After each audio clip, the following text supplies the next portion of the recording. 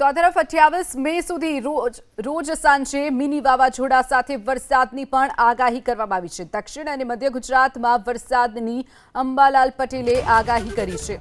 સૌરાષ્ટ્ર કચ્છમાં આંધી સાથે વરસાદનું અનુમાન છે। તો 28 થી 31 મે સુધી દરિયાકાંઠાના વિસ્તારોમાં પણ વરસાદ વરસશે તેવી આગાહી કરાઈ છે। અરબ સાગર બંગાળના ઉપસાગરમાં બે સિસ્ટમ સક્રિય થઈ છે। દરિયાકાંઠે 50 કિલોમીટર પ્રતિ કલાકની ઝડપે પવન ફૂંકાશે તેવી પણ આગાહી અંબાલાલ પટેલે કરી છે। હવે લગભગ પ્રી મોન્સૂન એક્ટિવિટી જો સાંજના ભાગમાં થશે।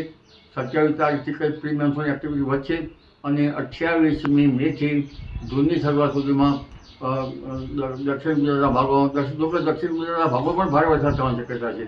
દક્ષિણ સૌરાષ્ટ્રના ભાગોમાં, સૌરાષ્ટ્રના અન્ય ભાગોમાં, મધ્ય ગુજરાતના ભાગોમાં, વડોદરાના ભાગોમાં તેમજ અમદાવાદ ગાંધીનગરના ભાગમાં, અમદાવાદ ગાંધીનગરના ભાગોમાં તો લગભગ આજકાલમાં જ પલટો આવી જશે અને સાબરકાંઠાના ભાગમાં, દાહોદ પંચમહાલના ભાગોમાં, આ ઉપરાંત સાબરકાંઠાના ભાગમાં પણ હવામાનમાં પલટો આવશે।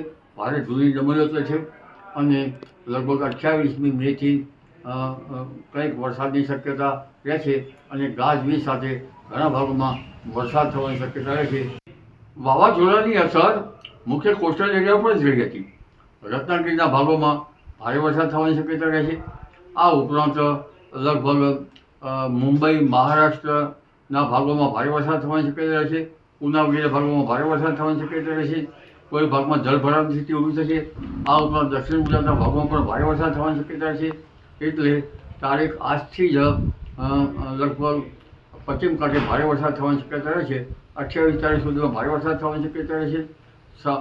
સાગરમાં ઊંચા ઉછળશે। દરિયો 65 થી 70 કિલોમીટર ઝડપના પવનો ફૂંકાવાની શક્યતા રહેશે। ભૂભાગો ઉપર 50 કિલોમીટર પરના પવનો ફૂંકાવાની શક્યતા રહેશે।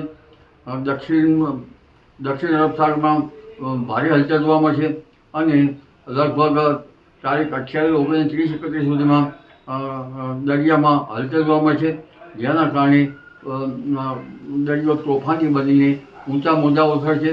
વીજકરણ પણ દરિયાકાંઠાના ભાગોમાં જોવા મળશે, પરંતુ ઉલ્લેખનીય છે કે હજુ આંધી વંટોળનું પ્રમાણ વધશે।